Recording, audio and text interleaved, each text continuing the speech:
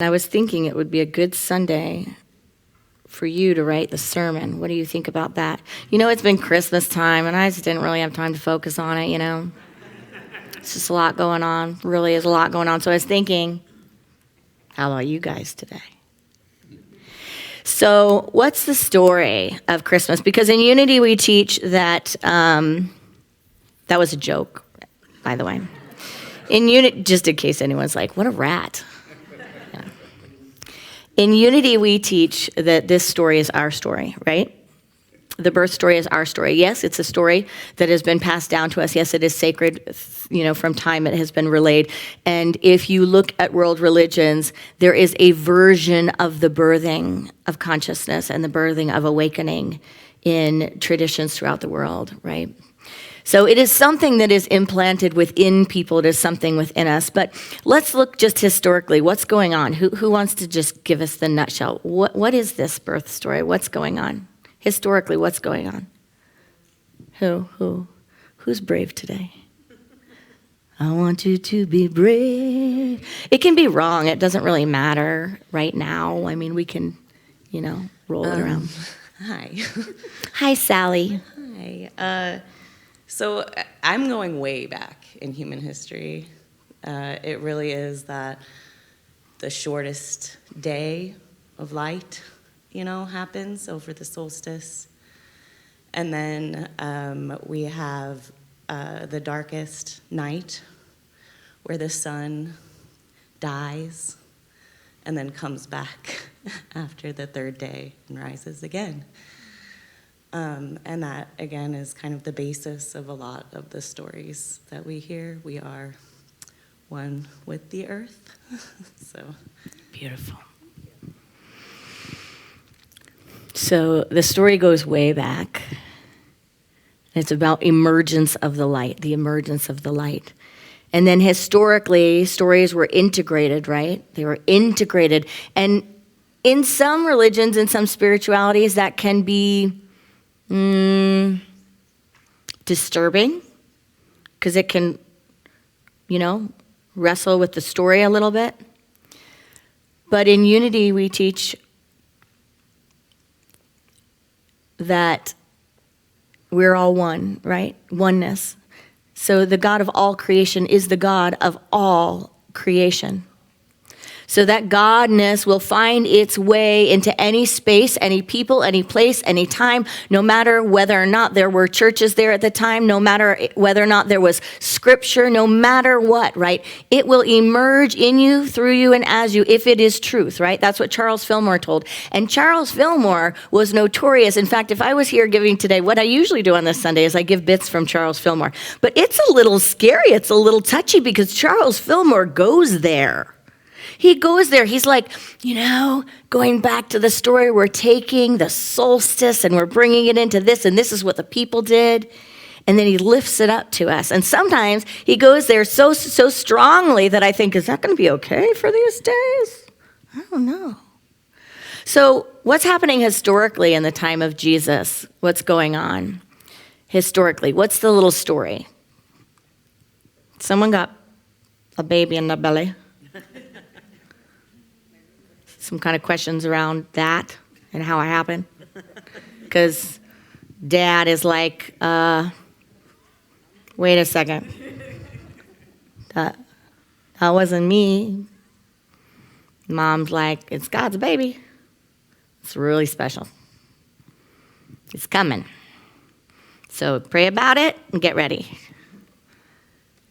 So he prays about it. And what does he get? What does he get?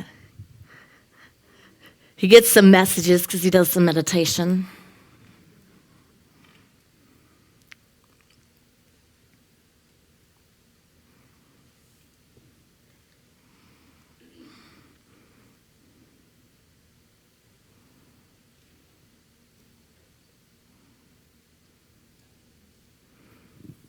The flight to Egypt, Matthew 2:13 through 15. Now when they had departed, because they decide to flee, right? When they had departed, an angel of the Lord appeared to Joseph in a dream and said, "Rise, take the child and his mother and flee to Egypt and remain there until I tell you, for Herod is about to search for the child to destroy him." So he's got this little circumstance he's in with his family. There's a baby coming. And what's happening in the time? The government of the time is like, there is something that's going to threaten my power coming. There is a divine birth. There is something I have to stop and hold back. And the father, the protector, the earthly father says, I will listen and I will play my role and I will protect this child. And this is what we're to do. We're to leave. We're to flee, right? So that he can be safe. So what do they have? They have to flee. Where do they go? They go into a hotel, fancy hotel. Are there rooms in all the hotels where they're going? No. There are no rooms in all the hotels. There are no rooms in the spas. There's no spa. There's no place to go. They are cast out and on an adventure, right? There is danger, and they have to navigate. So they end up in a manger. They end up knocking on the door, and the innkeeper says, all right, come in, but I don't have space here, but you can have the manger. There will be a space for you. So they're in danger, they're in peril, but there's a space for them. And then we go about the birth, right? We have the birth. And what happens? Are they without, or is there enough? Is there shelter? Is there protection? Yeah? Did they know where they're going to get support? Or were they just going, literally think if you were walking out of this sanctuary today, getting in your car and driving, because there was peril, and you were just going to drive. You don't have your phone, you don't have a map, you have no one to stay with. You just need to go. They arrive, and after getting a bunch of no's and staying strong, they get a yes, and they have a safe place now. And then what starts happening? What starts happening? There's a star shining, right? We know there's a star. It's glittering in the night. And what's happening? People are waking up. They're getting, you, come. You show up. You get a gift and you show up. You, leave your kingdom and you show up. You, this is what you're to do. So what shows up? Wise men, right? Like kings, like wise men. Shepherds are like, I am going to leave my flock. I am the shepherd of this flock. This is my livelihood. And I am going to leave it all because I am to listen to this star. I am to follow it, and I am to come. And I am to protect you. I am to protect you. You may be outcast. You may be coming from a place where they said, you're not worthy, you have nothing. Nothing is here for you. Not only is nothing here for you, it is not safe for you. But come. Come. Come on faith, and there will be protection. Come on faith, and there will be shepherds. Come on faith, and there will be wise men. There will be gifts of gold. There will be gifts of frankincense. Has anyone ever felt unsafe at any point in your life? Has anyone ever felt that what is important to you has been threatened? Has anyone been so concerned about what it is, and you fill in the blank right now? Friends, I know there is something on your heart. And in a worldly way, everything was against the outcome that your heart wanted, that felt safe. In the worldly way, there was no way to figure it out. In the worldly way, you were cast out. In the worldly way, there is no solution, there is no resolution, there is danger. or there is whatever it is. You fill in the blank, right? Anything that is in separation from love, in separation from God, in separation consciousness, in fear. Raise your hand if you have had a fear. Yeah. Sometimes we fear ourselves. Sometimes we fear other people. Sometimes we feel the world around us. But we fear, don't we? Breathing through that. This baby is born. This baby that goes on to live a life of non-attachment, of love and peace, being a way shower. This baby that was protected at all costs. This baby that people left everything for, to surround, to come to, not because in a human way they thought they should, just like we all feel like we should be protecting babies. Children are all of our children. But this was like, get up and move, get up and walk. Go and protect this child. Because as the master teacher said, I am the light of the world. Whoever follows me will not walk in darkness, but will have the light of life. And what was the master teacher referring to? The master teacher from the birth had a demonstration of oneness.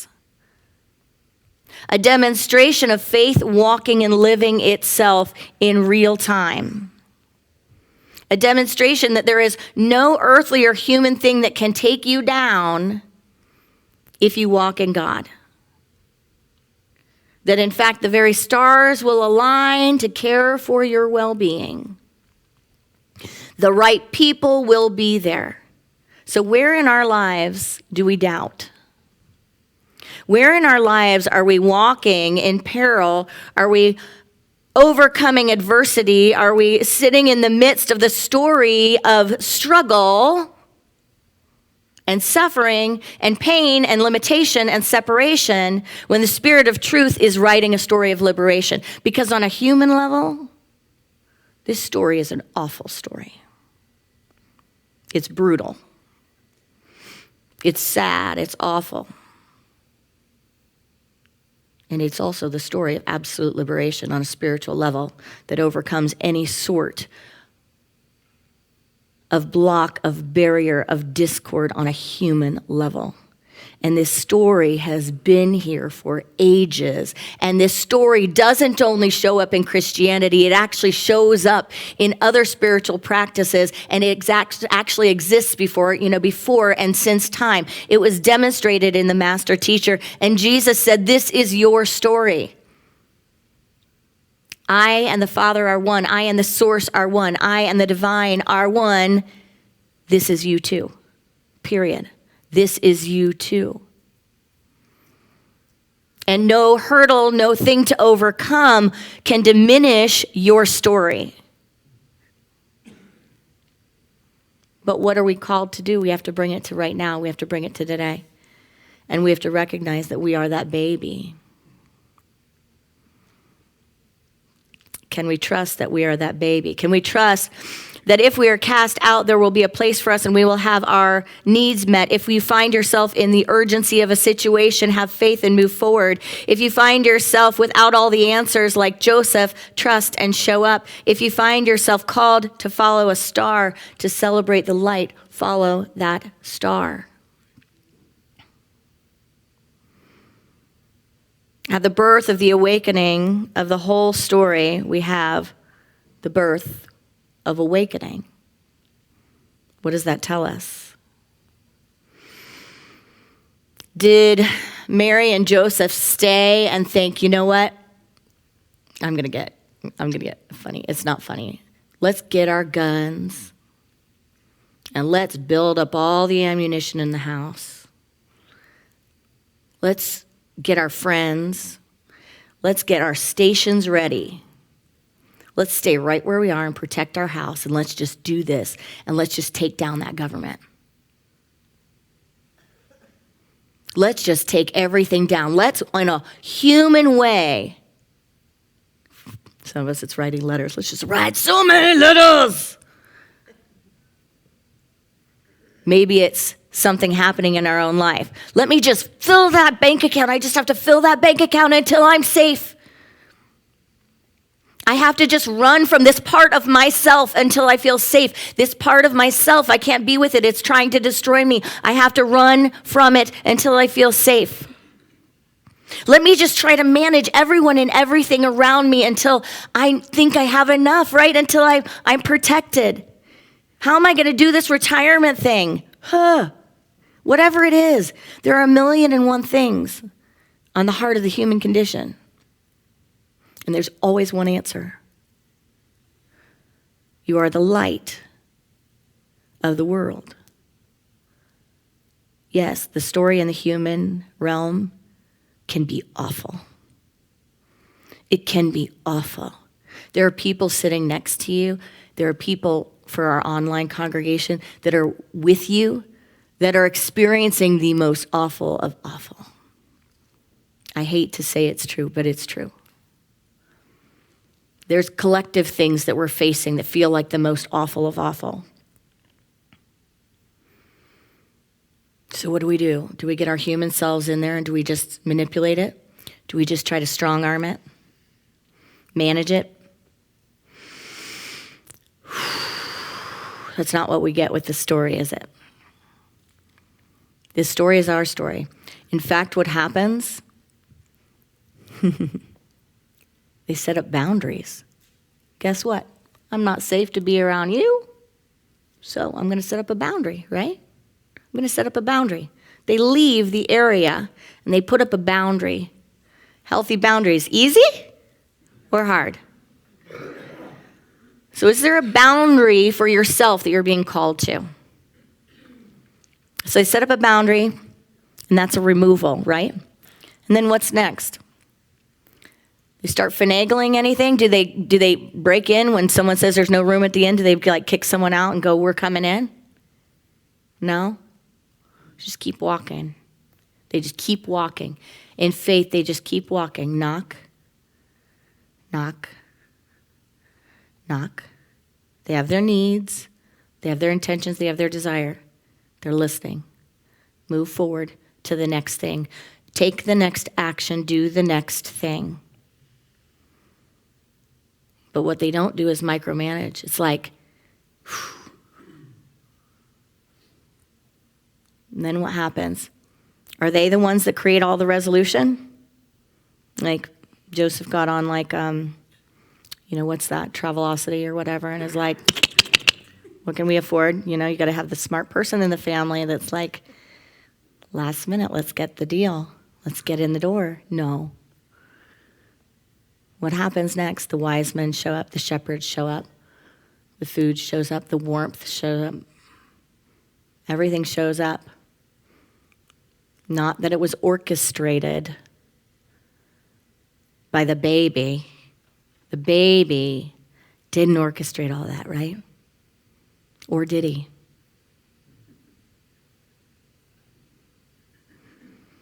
They walked in faith together, and everything showed up.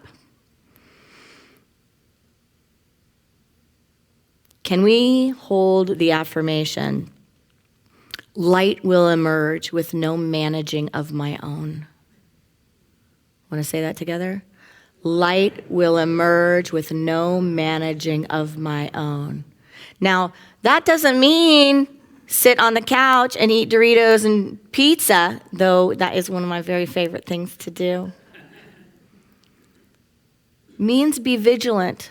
It means be listening. It means move when we're called to move, but don't move according to my own mind, my separate sense of self, my ego, my thoughts of how it needs to turn out, how I need to proceed. Don't move in that way. Move by the Holy Spirit, period, end of story. Amen? Right? It will not shift by strong arming. It will not shift by manipulating. It will not shift, and it can shift, but in little ways. Attack, hatred, orchestrating. It moves, the movement happens. The darkest night, the darkest day moves into the light, the return of the light, the return of the sun. That divine solstice happens from listening, from integrity, from truth, from being with pain and suffering and moving those energies, sitting with them, being with them, breathing through them, and knowing that even though they're there, they cannot kill me. They are not Herod. They cannot destroy me. Moving through and endurance, staying the course, steadfast endurance and trust. And I believe to some degree pulling out on all angles, boundaries against the energy, ceasing to feed the darkness, the deceiver, the Herod, whatever it is, the attack, ceasing to feed it. Relocating metaphysically. And giving enough time and space for it to reveal the darkness or the illusion or the delusion or the deception or the problem, you fill in the blank, to reveal and unravel itself. To let the darkness destroy itself. So how do we do that? We don't listen to naysayers. Mary wasn't like, you think I'm going to be safe in your closet for a little while? Okay, we'll stay. No, she was like, yeah, let's get on the road. Let's go. She listened. It's not listening to everyone that says, no, there's no room here. Move on. There is a space for you. As Martha Creek would say, you've been spared. Anytime something doesn't work out, have that affirmation. I've been spared. This is the story about being spared in a divine way. When the human story is awful, what do we end up with? What have we ended up with? We have ended up with the most amazing story. And that's the one we tell. I mean, we recount the history, but we retell the story of the return of the light, of the birth of the sun, the birth of what is within you and its power. That's the narrative that lives on. They didn't listen to the probability of success.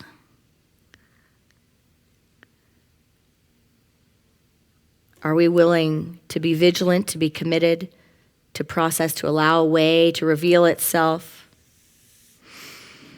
Are we willing to pull out of the earthly solutions and press into the divine solutions?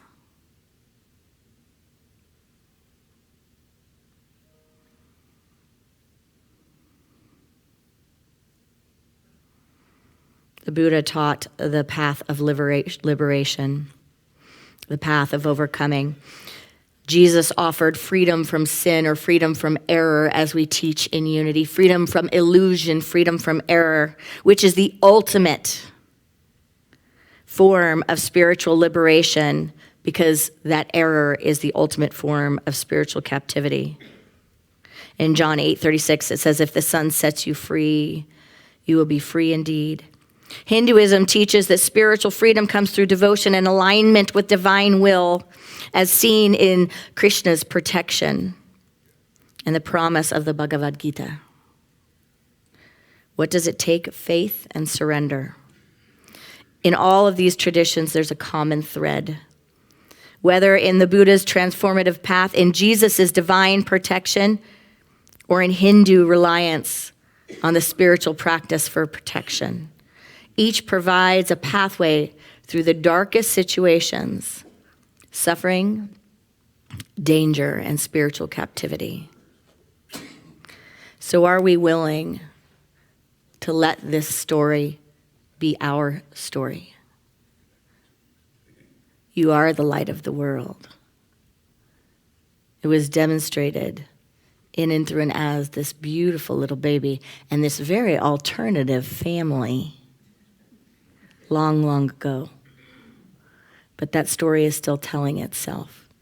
And if we dive into it, we have the solutions, the spiritual solutions to every overcoming that we will ever need. Merry Christmas. Namaste.